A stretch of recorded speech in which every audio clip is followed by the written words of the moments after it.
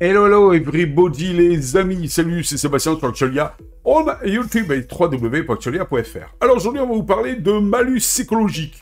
Et oui, encore un malus. Donc, au nom du dieu écologie. Alors ça encore, celui-ci, il est pas plus mal. Mais ce qui va me déranger, c'est ce que je vais vous dire après. Malus de 20 € pour les appareils électroniques difficiles à réparer. Ça part de mon sentiment. Une mesure pour favoriser la longévité des produits. Si jamais donc le produit des fabricants donc en fait n'est pas réparable, poum, 20 € de malus. Le ministère de la Transition écologique a annoncé le 15 janvier 2024 la création d'un malus de 20 € pour les appareils électroniques difficiles à réparer. C'est vrai que de plus en plus, il y a certains constructeurs qui se donnent un malin plaisir à empêcher de réparer. Je me rappelle à un moment donné Apple, qui carrément, à un moment donné, si vous ne mettiez pas des pièces d'origine Apple, il le détectait et ça ne marchait pas. Voilà. Donc c'est assez chaud. Il y en a qui collent les écrans et tout, c'est un truc de fou. Pour les téléphones, par exemple, pour pas qu'on puisse, si vous essayez de décoller l'écran qui est cassé, vous arrachez tout, c'est la folie. Alors, donc, cette mesure qui, aura en vigueur le 1er juillet 2024, c'est-à-dire durant cette année, vise à inciter les fabricants à produire des produits plus durables et plus réparables. Les appareils concernés par le problème sont les smartphones, les ordinateurs portables, les téléviseurs, les lave-vaisselle et les lave-linges. Les fabricants devront déclarer l'indice de réparabilité de leurs produits sur une échelle de 1 à 10. Le 10 correspondant à la meilleure réparabilité. Les produits dont l'indice de réparabilité est inférieur à 6 seront soumis au malus. Alors, ce qui me gêne dans l'histoire, c'est qu'à un moment donné, vous avez aussi une taxe sur tous les produits électroniques et autres que vous achetez, qui est une taxe de recyclage, je ne sais pas quoi, un truc comme ça. Mais qui c'est qui la paye? Souvent, vous mettez, par exemple, 10 € dont tant de taxes de trucs, 100 € dont tant de taxes de trucs. Mais qui c'est qui la paye? C'est vous. Vous, là. Vous. Alors, à la limite, ils font ça. Le malus sera appliqué au prix de vente du produit. Voilà. En plus des taxes et des frais, il sera facturé par les distributeurs aux consommateurs. Mais qui c'est qui paye à chaque fois la connerie des fabricants? C'est vous. À chaque fois qu'ils mettent une taxe, c'est vous qui la payez. Et là, quand vous allez acheter votre smartphone, s'il n'est pas assez réparable, c'est vrai que vous allez raquer 20 € de plus. Vous allez me dire, 20 € c'est quoi sur un iPhone à 1000 €? D'accord. Mais ça peut être 20 € sur un téléphone à 60 € pour ceux qui n'ont pas trop les moyens. Et donc, ça lui fera 80 €. Je trouve ça lamentable. Il se fera facturer par les distributeurs aux consommateurs, pas aux fabricants, non, aux consommateurs. Dans le consommateur, il y a con. Voilà, et moi, ça, je trouve ça inadmissible. Cette mesure est appréciée par les associations de protection de l'environnement. Tu m'étonnes. De toute façon, c'est cher. Il y a une taxe, c'est pour l'écolo. Oh, c'est génial, c'est super. Voilà, on apprécie. On les déteste, mais on apprécie.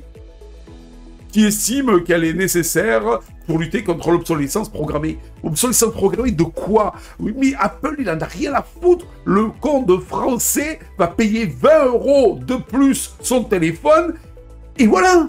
Il s'en fout. Et le mec qui mettra 1000 € dans un iPhone, il mettra 1020 € dans un iPhone. Mais Apple s'en fout. Alors quand vous voyez... On voit que des associations de protection de l'environnement estiment qu'elle est nécessaire pour lutter contre l'obsolescence programmée. Mais c'est débile. Mettez plutôt une taxe de 100 € ou 200 € aux fabricants. Et encore, ils seraient capables de répercuter le prix directement, donc en fait, aux consommateurs. Voilà, donc c'est de la débilité, ça. C'est toujours le même idiot qui paye, le consommateur. Elle souligne, ces associations, que les appareils électroniques sont de plus en plus difficiles à réparer en raison de l'utilisation de composants soudés ou collés. Mais c'est vrai de la complexité des circuits électroniques ou de l'absence de pièces détachées disponibles sur le marché. C'est vrai. Mais vous pouvez mettre autant de taxes que vous voulez, ça ne changera rien parce que ce sera toujours le consommateur. Donc, en fait, tout simplement, qui va payer. Le consommateur final. Vous. Voilà. Le malus pourrait avoir un impact significatif sur le marché des appareils électroniques. Les fabricants pourraient être amenés à repenser la conception de leurs produits afin de les rendre plus faciles à réparer. Non, ils ne le feront pas. Ils ne le feront pas parce qu'il est tellement... Même si ils se disent, ben, forcément, nos appareils vont coûter 20 € de plus, mais ils préfèrent ça et à vendre plus de téléphones parce qu'ils sont irréparables les siens quand ils tombent en panne. Voilà, c'est tout. Ou qui sont très durs à réparer. Voilà. 20 €, à la limite, il n'y en a rien à foutre. Mais ça ne va pas pousser à repenser la conception des produits de certains fabricants, par certains fabricants. C'est pas possible. Parce qu'il ne paye pas, lui. C'est vous, le dindon de la farce. Cela pourrait entraîner une baisse des coûts de réparation. Tu m'étonnes. L'État qui subventionne la réparation des produits électroniques. Allez, augmentation de la réparation des produits électroniques. Et une augmentation de la durée de vie des produits. Non, c'est pas vrai. C'est pas vrai. Ça n'augmentera pas la durée de vie des produits. Ils s'en foutent, les fabricants. Surtout que la France, ok, il y aura le marché français où il y aura cette taxe.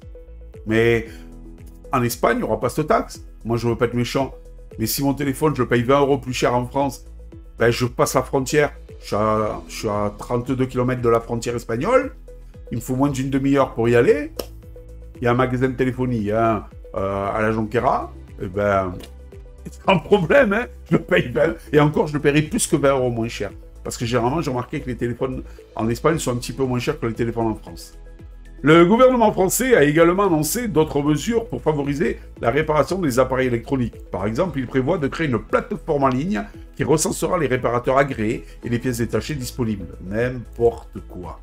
Alors ça aussi, je veux pas être méchant, mais l'État, arrêtez de mettre vos petits doigts n'importe où dans l'engrenage économique. À chaque fois, c'est une catastrophe. Ne touchez plus rien, ne faites plus rien. Laissez le marché libre, sans vos petits doigts et vos papates dedans. Voilà, c'est à chaque fois une catastrophe. Il prévoit également de soutenir financièrement les associations qui travaillent pour la réparation des appareils électroniques. Allez, on va encore donner des sous. C'est la folie. Le gouvernement veut tout subventionner, veut tout diriger. On va bientôt se retrouver en URSS, mais pas celle de maintenant, l'ex-URSS, vous voyez? Un pays bien communiste où l'État fait tout, dirige tout. Et donc, en fait, vous va même vous dire quand il faut vous coucher, quand il faut vous lever, quand vous devez manger, quand vous devez boire, quand vous devez vous laver, combien de douches vous devez prendre par semaine. Et on va y arriver. Les écolos nous disent déjà qu'il ne faut pas prendre trop de douches, vous comprenez, parce que c'est pas trop écologique. Il faut les prendre toutes petites, pas trop grandes, parce qu'il ne faut pas trop consommer d'eau, pas de bain. Bon, à la limite, les bains, moi, j'en prends pas, et je trouve ça, c'est vraiment aberrant. Mais une douche, bon, moi, j'aime bien des fois, de temps en temps, passer un peu plus de temps que la normale sous la douche, surtout en hiver, c'est chaud, c'est bien, c'est nickel et tout. Et puis voilà. Puis je pars de principe qu'une douche, donc, par jour, en hiver, et 2 par jour en été, c'est le minimum. C'est le minimum. Sinon, on est tous des crados. Voilà. Alors, si vous voulez qu'on soit dans un pays de sous-développé où on pue tous à 10 km, merci les écolos. Waouh. Alors, on continue. Les avantages du malus, j'en vois pas. Bon, on va voir quand même, mais j'en vois pas. Le malus pour les appareils électroniques difficiles à réparer présente plusieurs avantages. Il permet de favoriser la réparation des appareils électroniques. Le malus rend les appareils difficiles à réparer plus fréquemment, ce qui incite les consommateurs à les faire réparer plutôt que de les remplacer. Non, c'est pas un malus qui va faire que donc en fait les constructeurs vont changer leur tactique. C'est pas vrai, ils en ont rien à foutre. Surtout que ça ne représente que le marché français. Donc qu'est-ce qu'ils ont là à foutre? Ils vendent dans le monde entier. Alors le marché français, réduire les déchets électroniques. La réparation des appareils électroniques permet de prolonger la durée de vie et de réduire ainsi la production de déchets électroniques. D'accord? Mais il faut plus dire plutôt aux constructeurs, soit vous nous faites des trucs réparables, eh ben, vous avez le droit de les vendre en France, soit vous ne faites pas des trucs réparables, eh bien, vous n'avez pas le droit de les vendre en France. Là, ça serait plus logique. Et tout ce qu'ils disent là, ça serait vrai. Parce que moi, je suis pour réparer les appareils, si jamais ils tombent en panne. C'est clair que c'est bien mieux et tout ça. Puis ça permettrait d'aller moins s'en faire venir de Chine, où ils sont tous, la plupart du temps, fabriqués. Et écologiquement parlant, tous les gros tankers qui arrivent là et tout ça, avec tout le matériel, il y en aurait moins, donc et qui marche au diesel, qui pollue la mer. Et puis, en fait, bon, ben, à l'époque, moi je veux dire, j'ai connu ma grand-mère qu'il a fallu qu'elle le jette à la fin. Il marchait encore, un vieux frigidaire, un marque frigidaire, je crois que c'était. Mais un truc phénoménal. À la fin, elle a dit, bon, c'est pas la peine, il consomme trop, il fait un peu trop de bruit. Il marchait. Eh bien, il a fallu qu'elle le jette au bout de 25 ans. Mais maintenant, un réfrigérateur, ça dure quoi? 7 ans? 10 ans? Et après, il pète. Et ça, à la limite, souvent, c'est le compresseur. Bon, si on peut changer le compresseur à moindre prix et le refaire partir, si le frigo est correct, tout ça, des fois, c'est les joints aussi autour de la porte qu'il faut changer. Voilà. Bon, c'est des trucs, si c'est pas trop cher, ça peut être sympa. Mais le problème aussi qui se passe, c'est que les réparations sont tellement chères, parce qu'on n'a pas le coût de la main-d'œuvre en plus, donc en fait le coût du produit, qui en fait de l'élément à changer et tout ça, ben, ça vaut presque pas le coup, il vaut mieux aller s'acheter un nouveau réfrigérateur. C'est ça le problème aussi. Voilà. C'est ça aussi le gros problème environnemental, hein, les gars. La réparation des appareils donc électroniques permet de réduire la consommation des ressources naturelles et de limiter les émissions de gaz à effet de serre. Mais oui, je suis d'accord, tout à fait. Mais parce que si on répare beaucoup plus les téléphones, parce qu'il y en a, je ne veux pas de méchants qui les cassent au bout de 6 mois, 1 an, et puis ils se disent, ah merde, il faut que j'achète un autre. Bon, si à moindre coût, il est réparé, ça vaut le coup. Ça permettra de moins aller chercher des trucs pour les composants et tout, c'est des matières rares et tout ça, ça serait fun. Voilà, il y aurait moins besoin d'importation, ça serait impeccable. Mais le malus pour les appareils électroniques difficiles à réparer a également été signalé, donc dans les critiques. Certains estiment que cette mesure est trop faible pour avoir un impact significatif sur le marché. D'autres estiment qu'elle pourrait être contre-productive en encourageant les consommateurs à acheter des appareils moins chers, mais aussi moins durables. Ouais, ça aussi. Puisque bon, le mec, il va dire, je me tape 20 € là-dessus, ben, j'ai acheté un autre appareil. Bon, ben lui, ok, ben, il sera aussi pas réparable, peut-être même encore moins réparable qu'un iPhone, mais je l'aurais payé que 50 € par exemple, plus 20 €, ou 60 € plus 20 €. Bien moins cher qu'un iPhone à 1000 € plus 20 €. Et voilà. Non, c'est débile, c'est débile. Et puis, bon, 20 € c'est rien sur un iPhone, sur un truc à 1000 €, mais c'est pas au consommateur à le payer. Il faudrait que ça soit au constructeur. Ou alors on l'interdit carrément. Pourquoi pas allons-y dans le monde de l'écologie. Bon, moi je suis pas trop pour l'interdiction, voilà. Mais bon. Il est encore trop tôt pour dire si le malus pour les appareils électroniques difficiles à réparer sera efficace. Cependant, cette mesure est un signal positif de la part du gouvernement français. Non, je suis désolé, qui souhaite favoriser la réparation des appareils électroniques et lutter contre l'obsolescence programmée. Non. Ni donc, ça ne favorisera pas la réparation des appareils électroniques, ça ne luttera pas contre l'obsolescence programmée. Apple, par exemple, Google, par exemple, Google et Apple, ils ont déjà établi,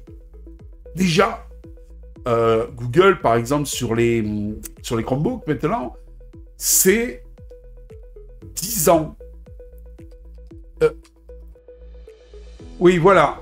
Donc, excusez-moi, j'ai été donc en fait interrompu. Donc, c'est pour ça que je regardais ma montre connectée, parce que sur ma montre connectée, donc il m'a indiqué que donc en fait j'avais un appel. Donc j'ai été interrompu. Je reprends mes moutons. Donc je disais que l'obsolescence programmée existe déjà. Apple, par exemple, c'est entre 5 et 7 ans. Voilà, pour les MacBook, Mac Mini, MacBook Pro et tout ce qui s'ensuit, iMac et tout. Et c'est 10 ans, monsieur Google, pour ces Chromebooks, par exemple. Et c'est pareil pour c'est entre 5 et 7 ans aussi pour les téléphones, les iPhones, voilà, pour monsieur Apple. Et c'est 10 ans aussi, je crois, pour les... non, c'est 7 ans, 5 ans, je sais plus trop, pour donc en fait les téléphones pour monsieur donc Google. Mais ils l'ont déjà préétabli. Et vous pouvez faire tout ce que vous voulez, c'est leur écosystème, c'est leur système économique, c'est comme ça. Et vous pouvez mettre autant de taxes que vous voudrez. Ok, peut-être qu'ils vendront moins d'appareils en France. Ils s'en foutent. Mais ils s'en foutent. Ils vendent dans le monde entier, les gars. Qu'est-ce qu'ils sont là à foutre des petits merdeux de Français, entre guillemets, attention, hein, du gouvernement, donc, qui vont leur mettre une taxe. Ils s'en foutent. Royal. Mais royal. Et même, carrément, ils doivent se dire, regardez, ils se mettent le balle dans le pied. Ils sont en train de tuer leur économie. Et tout ça à cause de l'écologie. Voilà, tout simplement. Ce qu'il faudrait, c'est que faire un colloque au monde entier pour dire, maintenant, on veut des appareils réparables. Comme avant. Avant, on ne changeait pas les appareils comme ça, parce qu'une télé, ça valait hyper cher, une machine à laver, ça valait hyper cher, un frigidaire, ça valait hyper cher, un réfrigérateur, en fait, parce que le frigidaire étant une marque. Et tout ça, ça valait cher. Alors, on saignait un petit peu au départ pour l'acheter, mais après, on faisait tout pour la réparer. Regardez votre voiture, dès qu'elle tombe en panne, vous ne l'achetez pas, parce qu'elle coûte un certain prix, et vous la réparez. Voilà. Enfin, encore une taxe au nom de l'écologie. Emmerder qui, au final, ou le consommateur. Allez, sur ce, j'espère que cette petite vidéo vous a plu. Je vous dis à vous pour une prochaine vidéo. N'oubliez pas le petit pouce en l'air, ça nous fait toujours plaisir et c'est gratuit, ainsi qu'un abonnement. C'est gratuit et ça nous permet de nous aider. On ne vous demande pas des sous-sous, on vous demande juste un petit abonnement pour nous permettre d'atteindre les 1500 abonnés très rapidement, pour pouvoir être mis plus en avant, donc par Monsieur YouTube. Ciao les amis, bye bye. Si vous avez aimé cette vidéo, abonnez-vous, mettez un pouce en l'air et partagez cette vidéo. Merci, cela fait toujours plaisir.